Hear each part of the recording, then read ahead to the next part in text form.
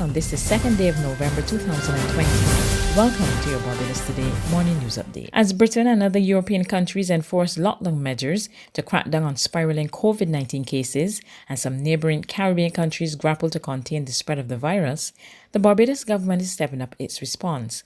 Prime Minister Mia Mottley has announced a change to the island's travel protocols in a bid to ensure cases remain low. The government of Barbados has as its first responsibility to protect the lives and the livelihoods of its people. Because of that, and because of the fact that we have seen community spread in some of our neighboring territories, we are going to require from now on, and the Ministry of Health will announce the date from which it will start, that all persons coming into Barbados, regardless of whether it is from the high-risk countries of the US and the UK and Canada now, or whether it is medium or low risk, as long as this second wave is about and knocking down people in the world, in the Western Hemisphere with whom we have airline contact, we will require all persons to have a PCR test before entering Barbados or to get one at the airport upon entry. And secondly, that then they will be subject to the second test within 4 to 5 days after that first test. She was speaking on the political platform at Charles Road Bridge last night. Mottley also told supporters that CARICOM governments have agreed to adopt a plan to ensure member states can survive the crippling impact of COVID-19. Governments will be working with regional financial institutions to provide more loans to sectors. We have started to talk to the banks in the region, and we recognize that after 6-7 months, there are still households and there are still businesses that are in trouble with loans that they have with the banks.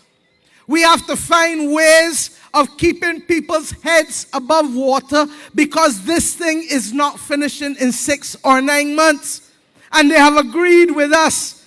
And I want to thank Republic Bank and its crew for working with a group of senior economists and bankers in the region, beginning to help us see how can we keep the heads of households and businesses above water, but at the same time, how can we open up loans for those areas of activity where things are going to happen. I just talked to you about water-saving devices. I talked to you about greening. I talked to you about photovoltaic and renewable energy. We're talking about training. We're talking about health. We're talking about education. Meanwhile, Health and Wellness Minister Lieutenant Colonel Jeffrey Bostic says COVID-19 is not the biggest health threat facing Barbadians. Rather, he says, it's the growing tide of non-communicable diseases.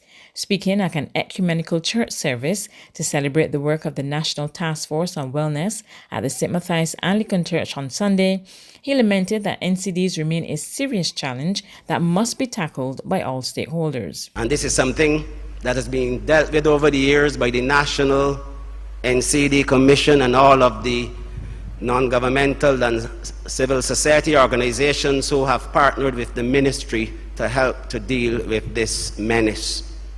Even during the COVID pandemic, we have NCDs.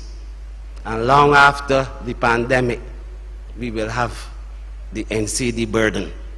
And so this morning, as much as we are saluting and celebrating the work of the task force, for myself as minister and also the staff of the Ministry of Health and Wellness, this represents a renewal and a redoubling of our efforts to tackle NCDs in this country. In other news this Monday, the Queen Elizabeth Hospital serves notice it has no more bed space, and as a result, a number of its services has been affected. The hospital says patients in the accident and emergency department can expect lengthy waits, ambulance services will be delayed, and only emergency surgeries will be performed. It explained that the challenge stems from the high number of patients awaiting elective surgery and care being provided to 30 persons classified as elderly for care patients who have been discharged but remain at the hospital occupying much-needed beds because their families aren't able to provide the care they need at home.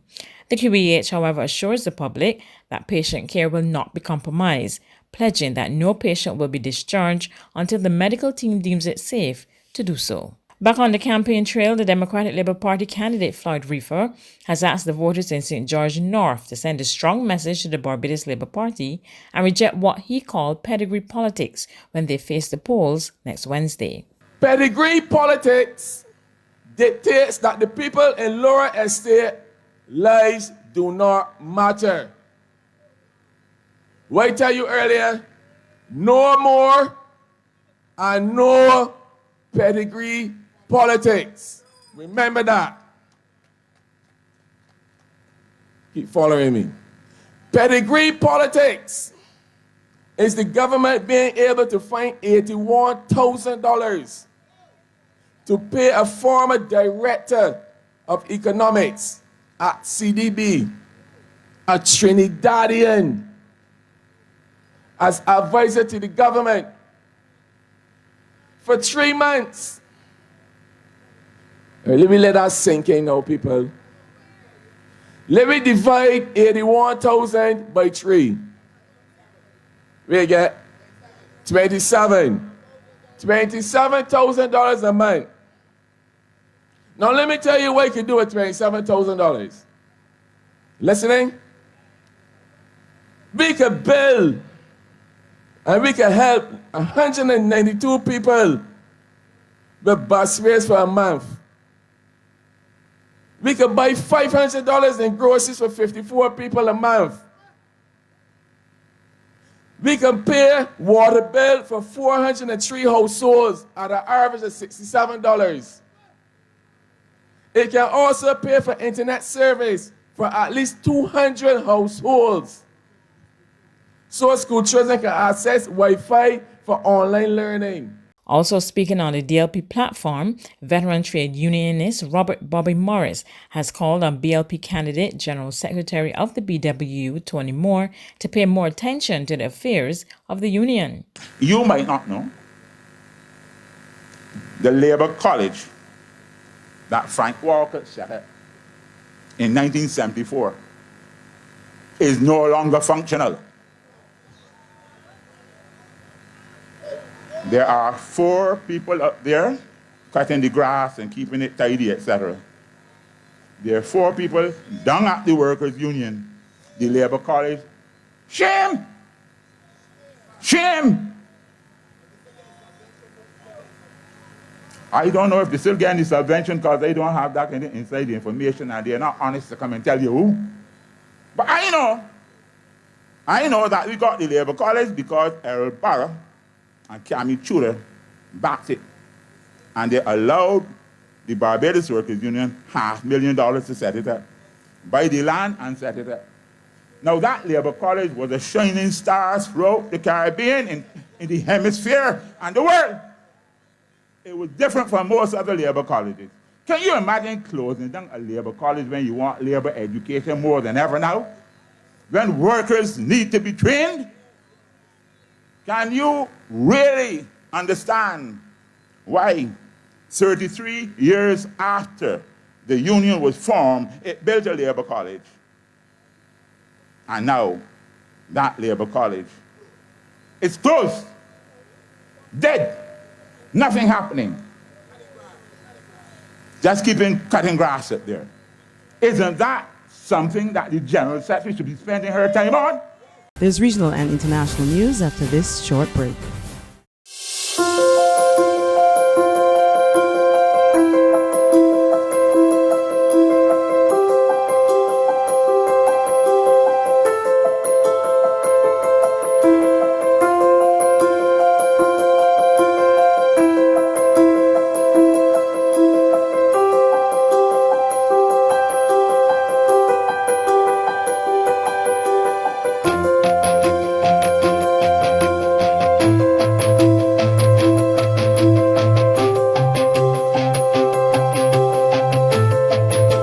Barbados Today, news you can trust.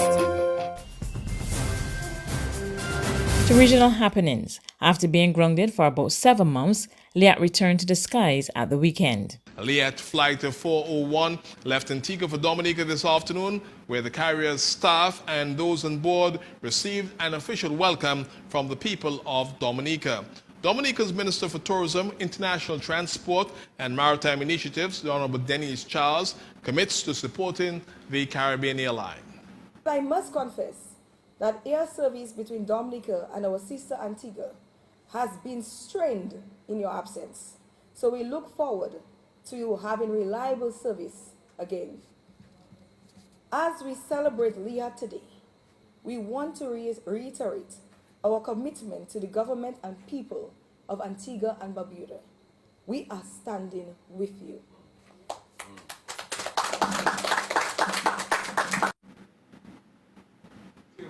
LIAT made its return flight to Antigua this evening. For now, the airline will operate a limited schedule of flights when it launches its commercial schedule in a matter of weeks. Minister for Tourism, the Honorable Charles Fernandez, is delighted about the airline's return. For generations, has played an important role in bringing people, cargo throughout the region, business people. And I mean, it's just really, really exciting to see LIAT take off and land again today. I want to say a special thank you to everyone who's made this day special. I know there are a number of people that have been called back out to LIAT.